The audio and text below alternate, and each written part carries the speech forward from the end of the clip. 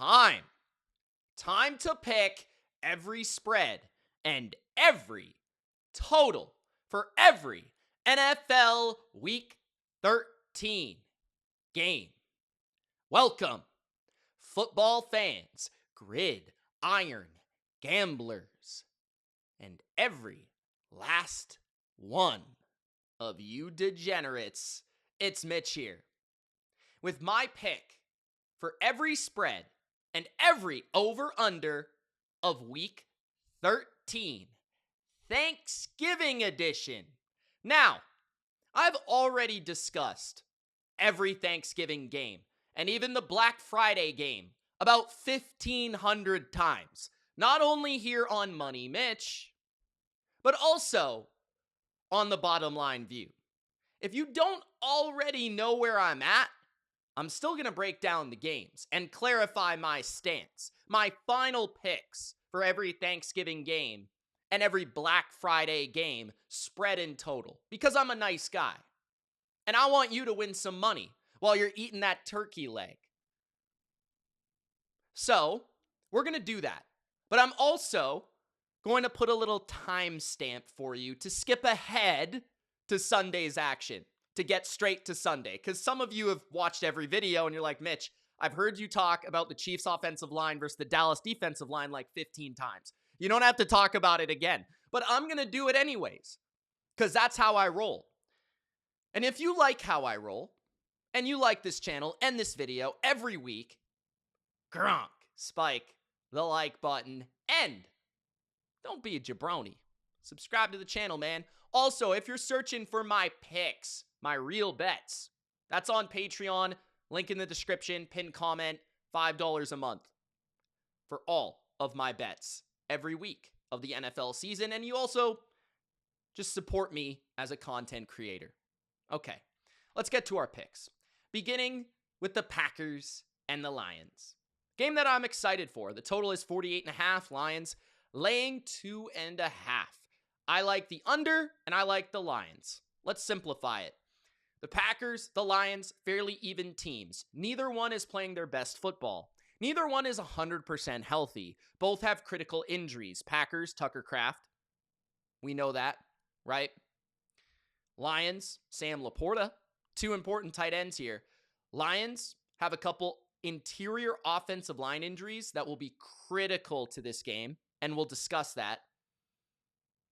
Packers, Jaden Reed could be back. Not 100% sure, but I think he'll be in the lineup, at least in a limited capacity. There are secondary injuries as well for both teams. Kirby Joseph has been out for a while for the Lions at safety. Lions are at home. Packers won the first game in week 1. Hard to take a lot away from week 1. It was also the first game with Micah Parsons for the Packers. It was hard to prepare if you're the Lions. The Lions had a new offensive and defensive coordinator in their first ever game. That's also difficult to account for. And then Packers had Tucker Kraft. They didn't have Christian Watson. Some difference in some things personnel-wise. Both teams, like I said, are not playing their best football right now. I'm not convinced by either team. I don't really want to lay points with either team. I do kind of feel like the Packers as a dog is not a bad side.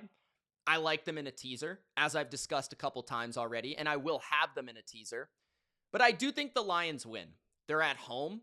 The game is more desperate for Detroit in the playoff navigation in terms of getting a wild card or a division win. It's much more important Detroit wins this game. Their schedule is more difficult down the stretch. I'd also argue that because they lost the first game, it's more critical. The Packers also have a tie, meaning they're 7-3-1, while the Lions are already 7-4. They almost lost last week. I don't like how the Lions almost lost to the Giants. I also kind of feel like the Packers are coming off a game where they really didn't have to do anything on offense. I'm a little down on the Packers offense. I'm a little down on the Lions defense. There's a lot of things I don't really like about this game, but I do think the under is a fair play because I think both defenses have some good matchups against both offenses. First, I think the Packers pass rush can get to Jared Goff.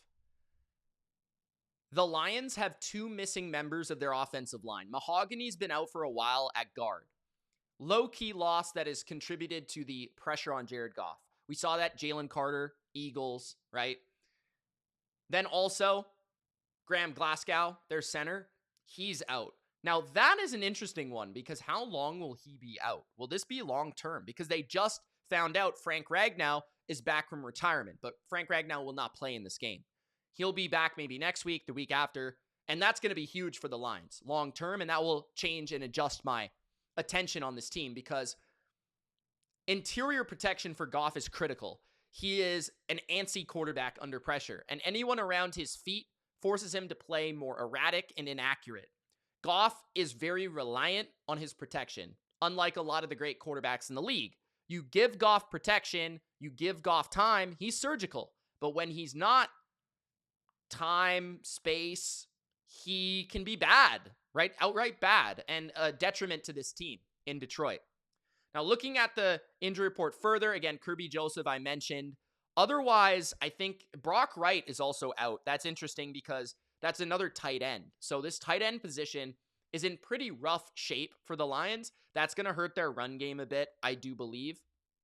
One of the areas I do think the Lions do have an advantage is their rushing offense. Jahmyr Gibbs is electric. He's awesome, right? They do have David Montgomery, but the Packers have been ran on lately a little bit more than previously in the season or earlier in the season. Rico Dowdle had 130 yards. Tyrone Tracy had like 85, 88 yards. Like, teams have been running the ball and matriculating the ball a bit better. And I do think the Lions can study some tape of the Packers defense and understand that short to intermediate throws are the way to go against this team. They don't allow a lot over the top because a lot of the times the pressure gets there before they really can allow that pass down the field. They play a lot of soft zones. I think Goff needs to get the ball out fast, get it to his playmakers, Amon-Ra, Jameson Williams, and then Jahmyr Gibbs. And Jahmyr Gibbs, I think he could hit a couple big runs or just sustain the offense through the screen game and through the run game and out of the backfield. He's very important in this game, in my opinion. Now, the Packers do have swarming linebackers that have speed that can go sideline to sideline. They do have a good interior pass rush led by Devontae Wyatt. They do have a very good edge pass rush, of course, led by Micah Parsons and also Rashawn Gary. Now, I'd actually make a little bit of an argument. The Packers, they have like the more dangerous defense, but the Lions are also very steady defensively, especially at home. They're strong against the run. Their interior defensive line is healthier than it was in week 1. They have McNeil back. I think their run defense will win the battle against the run game of the Packers. Josh Jacobs is not playing great. He's not exactly 100% healthy, and the Packers haven't ran the ball sustainably for a while. I do think Christian Watson, as I mentioned in my best bets, will have a good game. He's a man beater. He's 15th in yards per route run in the NFL. He's the only guy that can get open against man. The Lions play a very high rate of man coverage, and that's going to be their go-to guy. Otherwise, I think that the Lions are going to test these guys, get after these guys, and potentially with some of their cornerbacks back, that's pretty critical. You look at Terrion Arnold could be back for this game. He was limited with a concussion. He should be playing in this game, but I'm not 100% sure.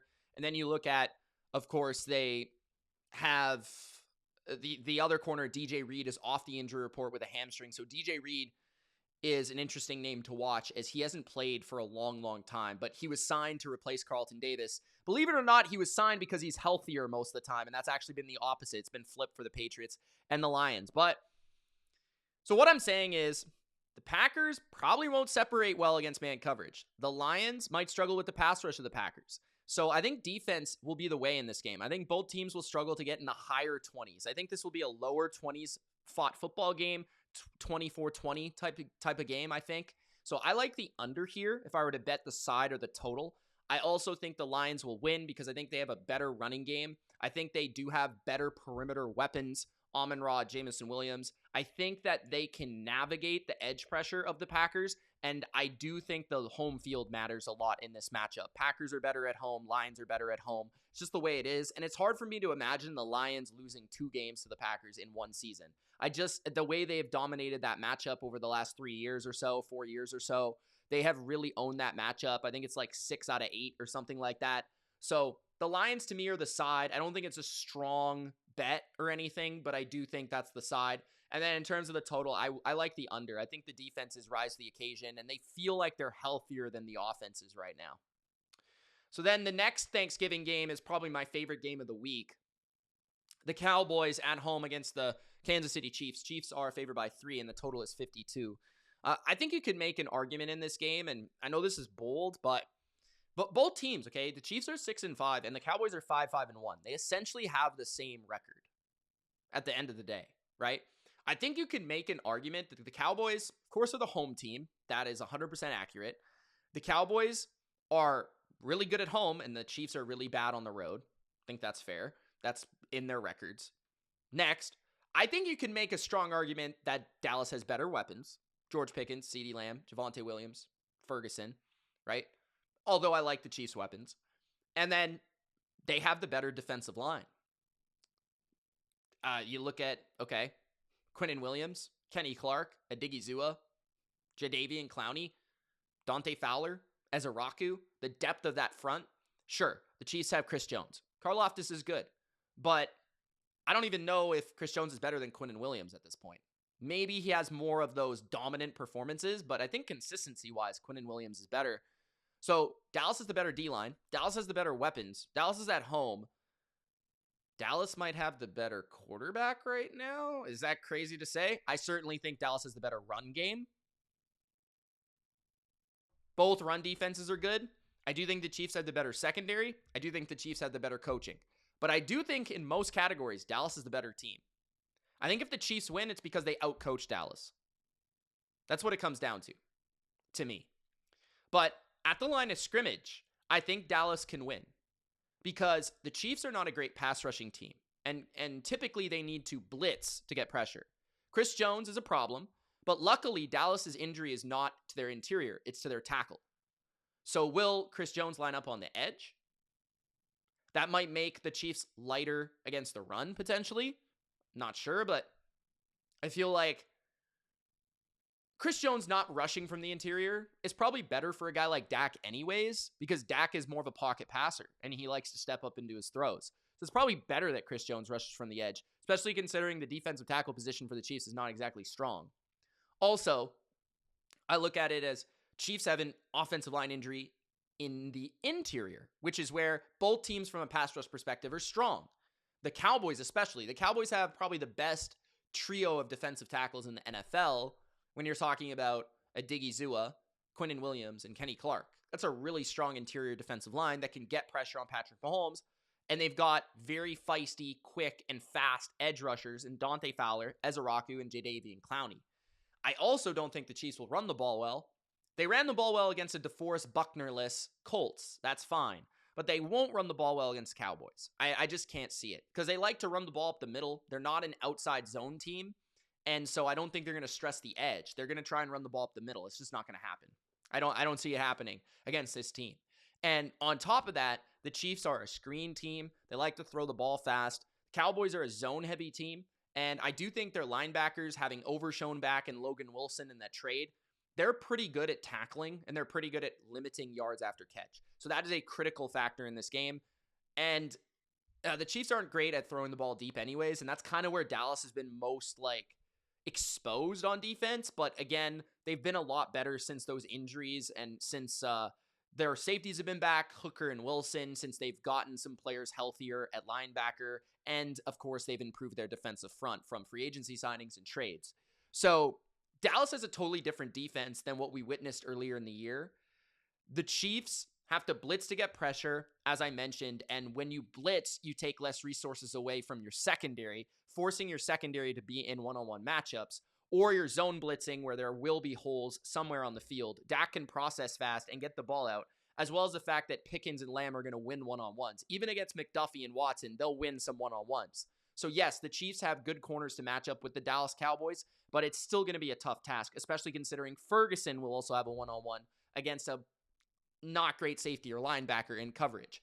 So Dallas can run the ball better, in my opinion. Javonte Williams, I think, can have a strong game if the Chiefs are trying to cap the downfield action of Dallas. They don't want to let Pickens beat them down the field. That makes a lot of logical sense, in my opinion. So let Javonte run. Well, if you let Javonte run, that kills the clock, that controls the game. That allows Dallas to kind of control the pace. And then you're putting pressure on Mahomes, who's going to have pressure in his face. And I think that they can get interior pressure. Now, I do think the Chiefs have advantages on the outside, but as I mentioned, Dallas plays a lot of zone and not man. So I'm not really worried that they're just going to be like ripping crossers for 25-yard gains. I think that the Chiefs will have to matriculate the ball by short passes throughout this game. And I think eventually the dam will break on the offensive line without their all-pro guard Trey Smith, who is out. Noah Gray is also out. Tight end has a concussion, so limits their versatility in their packages and their formations. Their 2 tight end formations, their 11 personnel formations. It's going to be more 11 personnel than it is going to be 12 personnel. 11 personnel, 3 receivers, 1 tight end, 1 back. 12 personnel, 2 tight ends, 2 receivers, 1 back, just in case you don't know that. But, so basically what I'm saying is Dallas has many advantages in this game. The advantage that the Chiefs have is the fact that they are the Chiefs. They are a big game team, and they also, the kickers are even. Like Butker and Aubrey are very even. I would actually lean Aubrey, but the coaching is kind of the advantage in my opinion, especially Reed against Eberflus, which scares me. But if you're getting a dominant pass rush, that kind of negates it. So the pass rush of Dallas is going to decide this game. It's going to decide this game one way or another. I kind of like Dallas. I kind of like Dallas at home. +3, especially 3.5. I think this will be a field goal game either way. It will come down to the wire last possession. I love how Dak's playing. I love their offense. I think they have more balance. They are at home. Now, I do like the under to a certain degree at 52 because I just feel like I said, both offenses will play long, deliberate, meticulous drives where it's meticulous, right? It's going to be very slow. I don't think a lot of explosive plays will be happening because of the ways that the defenses, I think, will be playing in this game. Maybe there'll be some explosives from Dallas because the Chiefs will take calculated chances. But I think the Chiefs will have to matriculate the ball. So I think it's going to be more in the 27-23 range of outcomes rather than the 33-30 outcomes. I could be wrong, but that's kind of the way I see the game going. So I'm going to go under 52. It's a very high number. And I'm also going to take, it was a best bet. I'm going to take the Chiefs to lose. I'll take Dallas to +3 in the game against the spread. Chiefs might win, but I'm not sure about the spread. I don't think they'll cover. All right, next, the Thanksgiving Thursday nighter. We've got a 51.5 between Baltimore and Cincinnati. Baltimore favored by 7. I lean under, and I will take the Bengals +7. Although I don't love it. I'm out on this game from like a spread and side perspective. I don't really want to be laying points. I will say I think Baltimore in a teaser is fine. Justice Hill is out for this game, the third down running back of the Ravens. There's bigger injuries on the side of the Bengals. They're without Trey Hendrickson and T. Higgins, of course. Now, Jamar Chase is back from the suspension. Joe Burrow is back, which is the big deal and the kind of headline of this game for Thanksgiving. Lamar Jackson, though, is kind of my hesitation here. Lamar Jackson has not been playing well. Lamar Jackson doesn't look like himself. And he's not moving the same, and he's not as mobile, and he's just not running. And it takes a huge facet of the Ravens away. The Ravens are also a mediocre defense. I wouldn't say they're strong. I wouldn't say they're bad. They've played much better. Their secondary is strong, but if there is a quarterback and a receiver that they've struggled against consistently, it is Jamar Chase and Joe Burrow. Mike Gesicki also returning to the lineup last week does help them kind of negate the loss of T. Higgins, which he did a lot last year whenever T. Higgins was down. I do think Chase Brown has been playing extremely well, and I do think the Bengals' run game, it wouldn't surprise me if it outshined Derrick Henry. The Bengals are bad against the run, and they are bad on defense in general, but they've been playing better since the bye week. I've mentioned this a couple times, but they played pretty well against the Steelers. They only really allowed like 13 offensive points in that game. The Steelers scored 2 touchdowns on defense. And then against the Drake May Patriots, they held them in the red zone pretty well. And then they only limited them to 19 offensive points. Marcus Jones scored 7 on a not a kick return, but a pick 6. So Joe Flacco is not there throwing pick 6s anymore, which is my main point. Joe Burrow is there. Now, I don't know what to expect from Joe Burrow. So there's a lot of wild card here from the quarterback position. I don't know how healthy Joe Burrow is. I don't know how he's going to play. I don't know how he's going to look. This might be a live bet situation. Look how Joe Burrow looks. Look how Lamar Jackson looks. Look how the Bengals are stopping the run. 2 critical factors you'll be able to tell early in this game. can the Bengals stop Derrick Henry? One. And then how does Joe Burrow look? Just eye test. If you can feel that out in the first quarter, you might be able to bet on the Bengals. That I'll just throw that out there. Okay. But I would go with the under just because of the state of the quarterbacks I'm uncertain about. The defenses have really improved. The Ravens, I think both teams can run the ball, but I think their passing games are a little bit overrated. So typically when you run the ball, that kills the clock more. I think that both teams will stay balanced. I think the Ravens will actually lean into the run game. So I like the under more than anything, but I would stay away from this game in general. But I think that the Ravens, 7 is a lot in a division game. The way that the Bengals have played them over the years, Burrow might provide the team the boost that they need to keep this close. So I'll take the 7 with Cincinnati, but I'm not confident. Friday, this is a game that I've talked about that I like quite a bit. I do like the Bears plus 7. 44.5, I did lean over earlier in the week, but I'm not so sure about that. I'm not going to lie. I do kind of want to go back and say under now. And of course, I'm an under machine here. I'm the Undertaker, but I kind of think like the Eagles are just an under team, especially at home, and their defense is the best unit in this game, in my opinion. And then at the same time, I do think that Ben Johnson's brilliant, and they do have a lot of weapons in Chicago. They do have an offensive line. So what I was kind of saying initially was I think the Eagles' offensive line will create time for Jalen Hurts to execute throws down the field against the Bears' defense, which is probably still true because the Bears' pass rush is not good. But Dennis Allen is tricky with his blitz packages. He can get you. And Jalen Johnson and Kyler Gordon are probably back for this game for Chicago, which changes the math for the way that you can play. The Bears, all of a sudden, with those guys in there, have a good secondary. I like their safeties. Brisker, Byard, CJ Gardner-Johnson, Kyler Gordon, and then you've got Wright has been playing pretty well on one side, and then, of course, Jalen Johnson. So that's a pretty good secondary at the end of the day. But their pass rush is pretty bad, and their linebackers are really beat up. Can the Eagles run the ball? They should be able to against Chicago, but Dennis Allen might be able to scheme up some ways to stop it with an improved secondary, especially if Devontae Smith is out. There's less of a factor of getting beat over the top.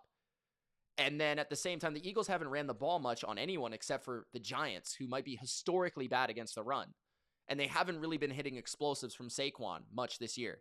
And the Eagles just consistently kind of like fade. You know what I mean? So I think I'm moving away from the total as a best bet. I'm not sure. It could go over. It could go under. I'm not sure. I'm going to say because it's Philly, in Philly, I'm going to say under. But like 23-20 feels right. 24-20 in that range feels pretty accurate to me. Like I said about the Lions and Packers. And I don't know what the weather will be like. It'll probably be cold, right? I do think, though, the offensive lines have the edge. I like Chicago's offensive line a lot. I think their interior offensive line is really good, and I think they can hold off Jalen Carter. And I do think the Bears have the better running game, and I do think the quarterbacks are fairly even, and I do think that the Bears are much better coached, and I think the Bears have more weapons, and I think the Bears' offense is much better. So I think in all those areas, I like the Bears plus 7. That would be the best bet for this game. Bears plus 7. I think they keep it within a possession mostly because of their coaching. But I'm going to take the under. I think that also helps the plus 7 because it could be like, like I said, 24-20, 23-17, something like that. Okay. So I'll take Chicago plus 7. I will take the under 44.5. Now moving to Sunday. This is where we can resume the video if you're skipping the Thanksgiving. Appreciate you guys joining. Gronk spiked the like button. Don't forget to subscribe. The 49ers minus 5. Total is 36.5. Now, I think a lot of people are going to be on Cleveland in this game. The game is in Cleveland. Cleveland is awesome at home. Their defense is historically good at home. Myles Garrett's on a historic run.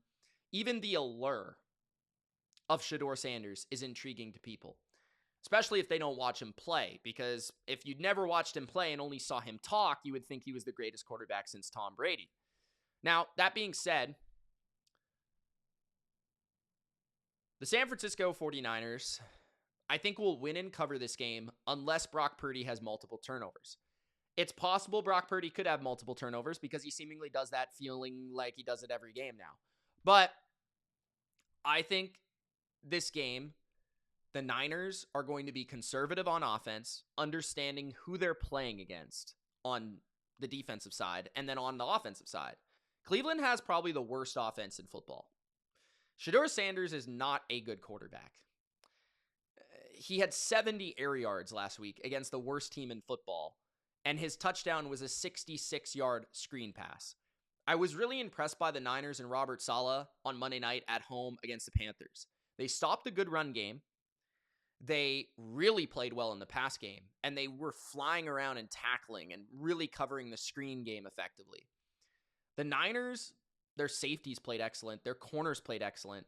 I think that they can do the same thing against Cleveland. Cleveland does not have good receivers, and they throw a lot of screens and stuff. I think the Niners can definitely clamp down on that, and they don't have good tackles. So I think Bryce Huff could make an impact in this game once again. The one thing I'll say about the Niners is Myles Garrett, right? Trent Williams is on this team. So, like, if you want to line up against the left tackle, go ahead. I feel like the Niners, he might get beat every once in a while, but I don't think it will be as bad as most teams. So I think Myles Garrett will likely be on the other side most of the time, which will mean that he'll probably get chipped and doubled a lot of the game because Trent can handle whoever else is on the other side. So it's going to be an interesting chess match from that perspective, but I think Shanahan, what he did against Carolina after Purdy kind of pooped himself on primetime was just like throw screens, throw short passes, boot, play action, run the ball with McCaffrey. I think that will be the game plan. It will be Jimmy G easy offense in this game to just like not lose the game. Like Brock Purdy, just don't throw the ball into a tight window. They have Shedeur Sanders. And I think that will allow them to get margin because I think the Browns, especially if it is bad weather and it is snowy and stuff, well, who do you trust to matriculate and score? Christian McCaffrey? George Kittle? Jawan Jennings? Or whatever the Browns have? And who would you trust more? Shanahan or Stefanski? Like, who would you trust more? Brock Purdy or Shedeur Sanders? Like, okay, Purdy is bad in bad weather. But at the same time, you think Sanders is going to be good? Like, that's what I'm kind of saying here. So, like, a lot of people are on Cleveland. And I just get the funny feeling the Niners are going to win by 7. I think they're going to win like 24-14 or 20-13, something like that. So at 5, I would take the 49ers, and I would also take the under. I think the under is the play. I think the Niners defense once again comes in clutch. But the one thing I'm looking for is the short fields and the turnovers. The turnovers in the short fields could cause an over, but it could also cause the Niners to create margin. But it could also cause the Browns to upset them. So it comes down to turnovers this game. And I just think the Niners are going to be more responsible and better. I just trust Purdy a little bit more than Shedeur. Maybe that's crazy. I don't know. All right, next. The total is 42 for Jacksonville and Tennessee. Jacksonville is favored by 6.5. I will take the over 42. I actually like that quite a bit. And then I will take the Titans to cover. I think the Titans can win this game. I actually do. They're 1-10, and they're one of the worst teams I've ever seen in my life. But Jacksonville is one of the most fraudulent 7-4 teams I've ever seen in my life. Some injuries as of right now. Jeffrey Simmons did not participate. Jahad Ward, Shai Tuttle, Tony Pollard, Kevin Zeitler. Now, I think this is a Wednesday, so they're probably resting. Of course, we don't know a lot on a Wednesday. We'll know more on Thursday and Friday. It's tough to say, but Simmons has been playing. Pollard's been playing. All these guys have been playing lately. What I like about Tennessee is how they've been playing at home. I think they've covered 2 or 3 straight at home. They fought back against Seattle. They started well against Seattle. Seattle's a lot better than Jacksonville, as we saw earlier in the year. Jacksonville has extreme weaknesses. Their quarterback is a borderline idiot. Their secondary is really bad. And I think Cam Ward can have his best game, maybe of his career here. I really liked how he played against Seattle, a much more challenging, better defense. I think he can rip the ball and move the ball in this game. The Titans have decent balance through their run game, and Trevor Lawrence is irresponsible with the ball. If Tennessee creates 1 or 2 turnovers in this game, I think they could pull this off. So I think Jacksonville laying 6.5 on the road against a divisional foe, it's too many points. I'll take Tennessee. I'll also take the over because I don't like the Titans defense. I do think that the Jags can run the ball in this game, and that's kind of how they move the ball most of the time. Brenton Strange coming back is a big help for their passing game as well. I think the 42 is not enough points in my opinion. I think this will be played in the mid 20s. So, yeah, over and Tennessee. Next, 43.5 is the total for Cardinals. Tampa, 2.5 is the spread. Now, it does appear Bucky Irving will be back for the Bucs, and it does appear that Chris Godwin will play again, but we don't know about Baker. That being said, I do think Baker will play because he's a crazy man, so I think that he will suit up at the end of the day. Jamel Dean, also limited, is critical. Ben Bredesen, their guard, who's been out for a while, limited, also critical, being that they could improve their interior offensive line. Another one is Hassan Reddick, now seeing this injury report. He is also limited. He has been out for like 5 weeks, and their pass rush has really suffered without him. This is a critical game based on the injury report for the Bucs. They really need to win this game. They cannot afford to lose this game. So I'm going to make it simple. If Teddy Bridgewater plays, take the Cardinals. If the Bucs play with Baker Mayfield at quarterback, then the Bucs are going to win, and the Bucs are cover, and the Bucs are a bet. 43.5. I would go over. I don't trust either defense. Both defenses have some injuries. We'll see if Dean and Reddick make it back. And Brissett's playing really well, and I think Baker will be able to eat against a defense that's bottom 3 against the pass this season in success rate in the Cardinals, and a team with a lot of injuries. You look at guys that aren't participating on a Wednesday. You got Taylor Demerson, safety, Josh Sweat, edge rusher, Walter Nolan, defensive tackle. Who else you got? Baron Browning, edge rusher. And then you've got Kelvin Beachum, their tackle. Jonah Williams is out already. One of their tackles, James Conner, is out. Marvin Harrison is out. So, a lot of injuries for Arizona. So I think the Bucs could become a bet once we kind of know more information about the injury reports of both teams. But yeah, I'm going to take the over 43.5. I love how Brissett's ripping the rock to these receivers, Dortch and Michael Wilson. And then on the other side, I think Baker guts it out, and I think they find a way to win. And I think the Bucs have been an over team. They've scored about 27 points per game at home. Next, 39.5 is the total for the Falcons and the Jets. Falcons favored by 2.5. This is an unwatchable game. It's an unbettable game. I would lean towards the Falcons. I think they do have the better quarterback, Kirk Cousins over Tyrod Taylor. I think they have more weapons, better run game. They basically have kind of a similar look to them on offense right now with no Drake London and no Garrett Wilson. But the Falcons are just a better offense. They've got Bijan, Tyler Algier. They run the ball well in pretty much every game. And then, Mooney and Cousins have good chemistry. I think that could continue this week. The Jets don't have a lot of talent on defense. The Falcons have been sacking quarterbacks. They've been good against the pass all year. The Jets are kind of stingy in pass defense. They play a lot of man-to-man coverage. But their run defense, I think Bijan will have more success here than Breece Hall.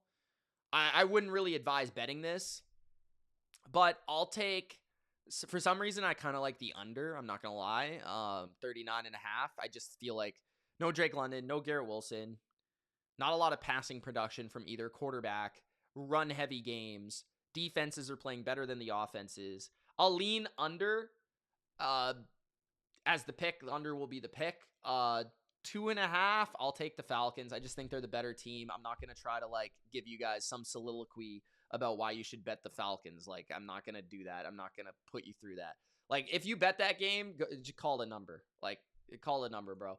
Next, we've got the Buffalo Bills and the Pittsburgh Steelers. This is going to be a best bet. One of my bets of the year, it's lining up to be. I like the Bills a lot in this game. I've had a really good feel for the Bills, and I typically have a good feel for the Bills because Josh Allen's been my favorite player in the league for a while. Really, ever since kind of Tom Brady retired, and then until Drake May kind of came along this year with the really breaking out. And I follow the Bills very closely, and they've also been in the Patriots division. And then on top of that, I just know, I don't know. I just get McDermott. I get this team. I called the Texans kind of beating them. I called the Patriots beating them. I kind of know the matchups that give them problems. The Steelers are not one of those teams. Historically, they're not one of those teams under Mike Tomlin, and I don't think anything about the Steelers really gives the Bills problems. The only thing that would scare me whatsoever is the Steelers running the ball. But I think because the Steelers have very little at wide receiver, the Bills will not be afraid of stacking the box in this game. If Aaron Rodgers is injured, they're going to force Aaron Rodgers to beat them.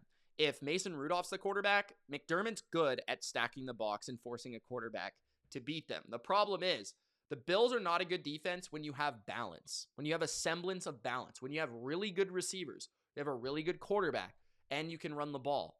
Like, even a team like the Falcons, right, who has Drake London and they've got Bijan Robinson, okay, pick your poison. Like, what are we going to stop? That's where they struggle, right? But a team like the Steelers that wants to get all heavy with a bunch of tight ends and they want to run the ball and then they want to throw a screen, like, that's not what works against the Bills. Like, their linebackers can swarm to the football, they'll stack the box, and they'll be able to stop the run. And then once they get you to third down, they're an excellent pass defense for the most part. They play very good zone coverages, and they also can rush the quarterback. I think the Steelers have pretty mediocre tackles. I think Joey Bosa and Greg Rousseau could tee off in this game on third down and win those matchups. Now, I do pay attention to the injury report. Spencer Brown is one to watch. Deion Dawkins is one to watch on the offensive line for the Bills. Dalton Kincaid as well, who hasn't participated. So wait and see what the injury report's looking like before you place a ton of money on this. I'm actually going to look for myself because I want to kind of clarify. Some of these guys could be resting. I know that the Bills on the Thursday game, they played 10 days ago. So that's another reason I kind of like this game. Is they played 10 days ago, so they've had extra rest. And I think a lot of people, the last time they saw the Bills, they saw them look awful. They saw Josh Allen look awful and play bad. But I think a lot of people just don't understand, like you and I do, when you watch this channel, how good the Texans defense is and how much I love the Texans defense. And I kind of called the Texans defense kind of like destroying them. But the Steelers don't have that capacity. The Bills, before last week, right, was the #1 pass blocking unit in the league, according to ESPN. Pass blocking win rate. The Texans made them look bad because the Texans have a ridiculous defense. The Steelers have had an underwhelming pass rush all year, and the only thing they really do is force turnovers. Other than that, they don't do anything at a high level. They don't cover well. They don't stop the run well. They don't run the ball well. They don't throw the ball well. Like, yeah, their run game at times, Kenny Gainwell, okay, fine, whatever.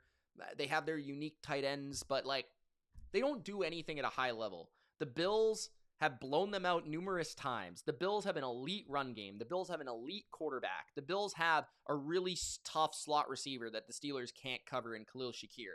They have tight ends. The Steelers suck against tight ends, right? They've got a pass rush. They've got a good pass defense. They're coming off a loss. They were embarrassed in prime time. That's when Josh Allen responds and plays really well. Now, DK Metcalf did not participate with an ankle on Wednesday. Interesting. Aaron Rodgers didn't participate with a wrist. Broderick Jones, their tackle, who I mentioned earlier, did not participate with a neck. That's critical. Derek Harmon also didn't participate with their D tackle, rookie first-round pick. Didn't participate as well. The Bills, okay? Spencer Brown, shoulder, did not participate. Deion Dawkins, concussion. That will be interesting to see if he plays. That would be a big loss. Left tackle Deion Dawkins. So that's pretty big. But he's had 10 days. So, like, if that concussion happened against the Texans, he could have a chance to clear before Sunday. Otherwise, yeah, look out for Dalton Kincaid. Terrell Bernard is probably out, but I'm not bothered by that. I don't really care that much. So I do like the Bills here. I just think this is a huge bounce back spot. I think you probably will get something like 3.5 by Sunday. So look out for that. 47, I would lean over because of the state of both defenses. I think both offenses are in better position than the defenses, even if the game's in mucky Pittsburgh.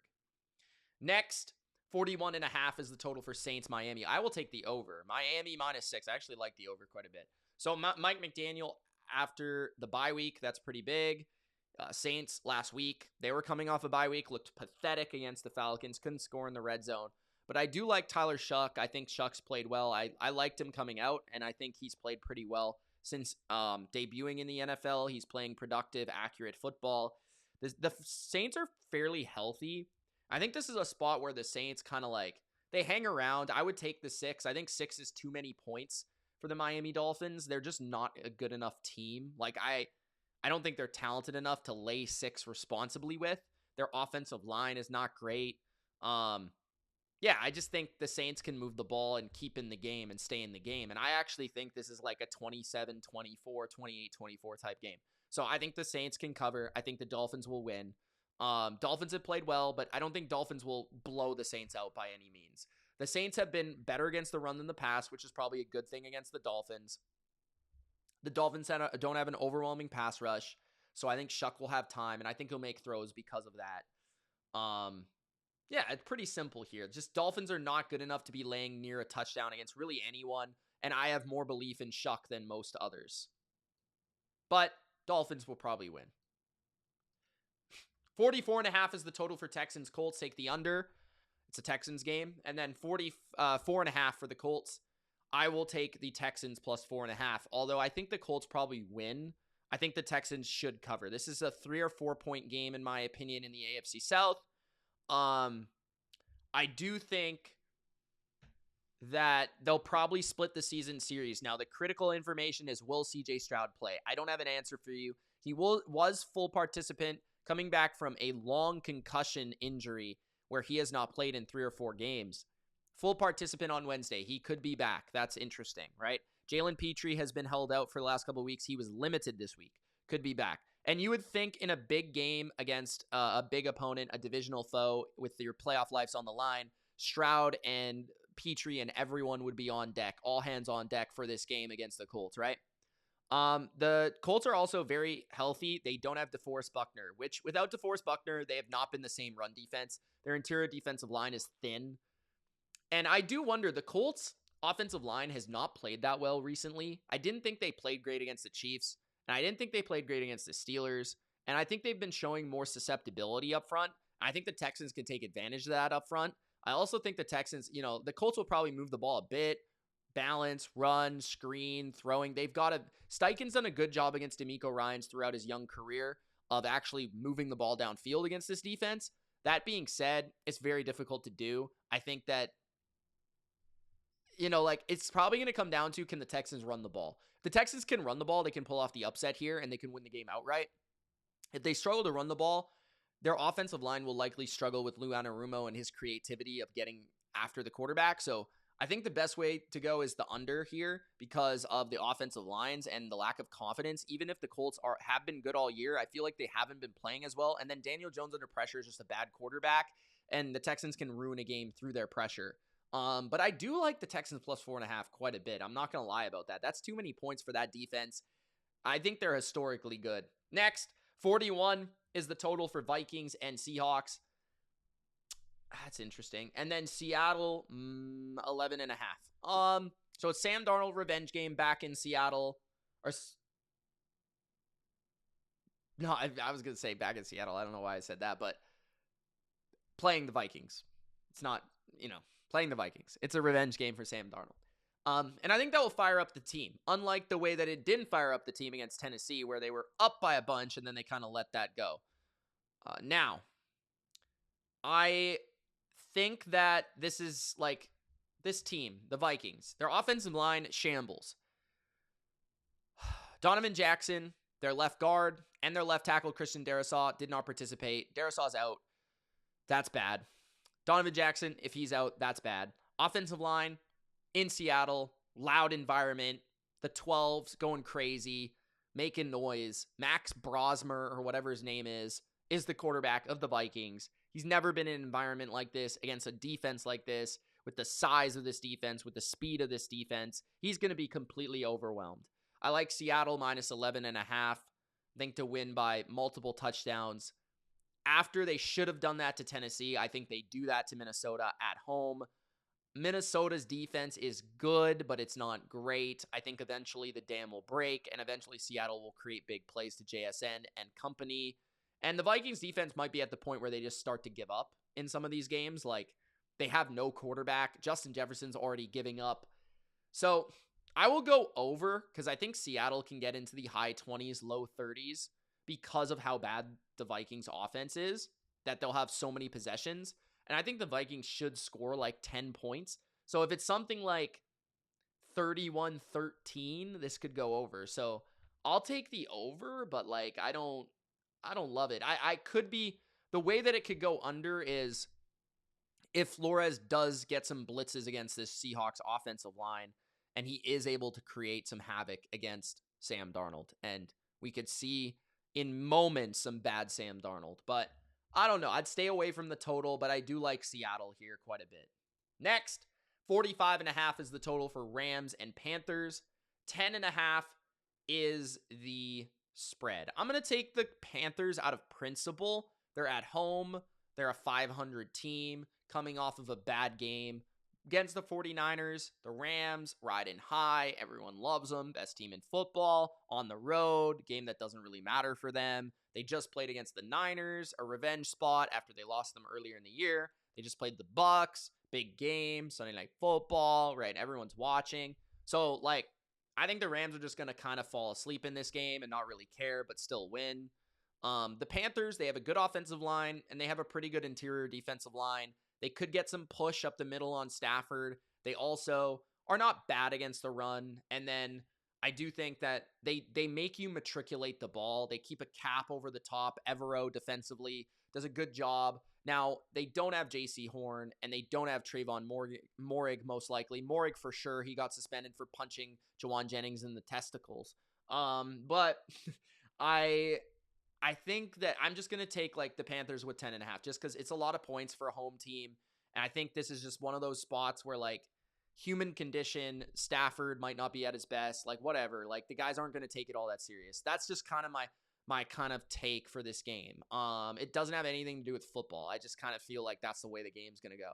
I do think as well, Panthers can run the ball fairly well on a lot of teams, and they didn't run the ball against the Niners enough, and I think they will try to do that in this game. And I think Bryce Young, hey, look, we saw Mac Jones matriculate the ball, quick passes, quick little distribution. Bryce Young and Mac Jones are very similar, came from the same school. Maybe Bryce can just complete some short passes here, and the Rams and the Panthers literally play the same defensive scheme. It's just the Rams have a better pass rush. And the Panthers, I think they'll understand that and understand maybe a little bit how to move the ball against it. So I'll take the plus 10.5. I will take the over 45.5 due to the injuries to the missing players in the secondary of the Panthers. Next, 43.5 is the total on Sunday Night Football. Denver Broncos, Washington Commanders. 5.5 is tricky. I thought it was going to be 6.5, 7. I kind of like the Commanders at that number. I was going to make it a best bet. 43.5, I'm going to go under. I think that the Broncos are an under team, period. I would take the under in most games with the Denver Broncos. They have a dominant defense. I think it's probably second best behind Houston in the NFL. Dominant pass rush, really good against the run. Pat Surtain should be back, which will only help them, especially if McLaurin's back. That will negate McLaurin. And then Washington's defense played, I think, pretty well in Madrid against Miami. They looked like they showed some promise. Bo Nix is erratic and inconsistent. Denver's on the road and not at home. I think they play worse on the road on offense. And they just don't, like, the offense of the Broncos just does not scare me, like, whatsoever. Alex Singleton's also back for the Broncos for whatever that matters. Zach Ertz didn't participate today. I don't know if that's like a rest day for him. They're coming off a bye week, so that also helps for Washington's sake. Denver is as well, but I think Denver is more so like sleepy bye week. Like they beat the Chiefs. Do they even care about this game? I'm going to take Washington with the points because I think this is going to be like a 17-14 game. I think it's going to be like a 21-17 game. Like, it's going to be really ugly, I think. Really depressing to watch, like, not an entertaining game. That's just the sense I get from it. I think Washington's defense is going to fight their ass off. I think they're going to play a lot of man. I think Bo Nix is going to have some problems. I think Dan Quinn's going to throw some curveballs at him. I think Washington's fans are going to be up for this game. I think, this is one of the best teams in football. I think they got a target on their back, Denver. I think Washington's going to go out there and give their best effort and try and win this game. I think they probably will lose, but they're going to give their best effort. And Denver just, if they don't play their best, especially on offense, and they play they're kind of like the AFC's Eagles, where they kind of let teams hang around. So I'll take the points with Washington. I'll take the under. Then 46 is the total for the Giants and the Patriots. 7.5 for the Patriots. I've been talking about how I think the Giants are the side. I'm scared about it, but I think the Giants are the side. because of the pass rush. Brian Burns against no Will Campbell and Jared Wilson. For the Patriots, the offensive line is beat up. Patriots also don't have Milton Williams, which hurts their run defense and their pass rush and their overall defense. He's a critical player for them. Patriots, I didn't love how they played against the Bengals personally, especially on offense. I don't love their run game right now. And the Giants, their critical weakness is against the run. Can the Patriots find a way to run the ball with Travion or anyone else, Ramondre Stevenson? If they can, I'll be proven wrong here, and the Patriots might run away with this game literally, and Henderson might hit a couple Jahmyr Gibbs 80-yard touchdowns. But yeah, Drake May will probably find a way to win, but 7 in the hook is an interesting number. Jackson Dart will probably be the starter here, not Jameis. As a Patriots fan, I'd fear Jameis more. He's just more of a wild card, especially in a primetime setting, as we saw in Cleveland last year. And then last week, he played great against the Lions. I don't think Jackson Dart's played that well all year, personally. So I just think Jameis is a more dangerous passer. Dart's a better athlete, but I think that because of that, like, the Patriots will probably get a couple plays against the Rook. Patriots are at home. Patriots should win this game. Drake May will find a way. He's just that good. I think the Patriots can throw the ball against this secondary that's just not that good. But I would lean over, and I would lean Giants. I think this is like a 27-20 game, 27-21, something like that, in that range. 20, maybe like 24-23, 20. It could be close, like 26-23. Patriots also in the red zone, because they can't run the ball well. They were bad last week against the Bengals. So there's just a couple things about my Patriots that I didn't love. And I still think the team is really good, but they're kind of in that area of the season where they've been beat up by injuries. They're slowing down a bit. They're not playing their best football. Like, I think they could be taken advantage of right before the bye week. So I think the Giants will hang around. They've played the Broncos really well. They should have won that game. They beat the Eagles outright, okay? They almost beat the Lions. So they've been playing really competitively. I am a fan of Kafka so far, but I think Vrabel will get his team to win this game. But that's how I see it. Those are my picks for Week 13. I hope you guys enjoyed. If you did, Gronk, spike the like button. Don't forget to subscribe. It's Mitch. We'll see you in the next one. Peace.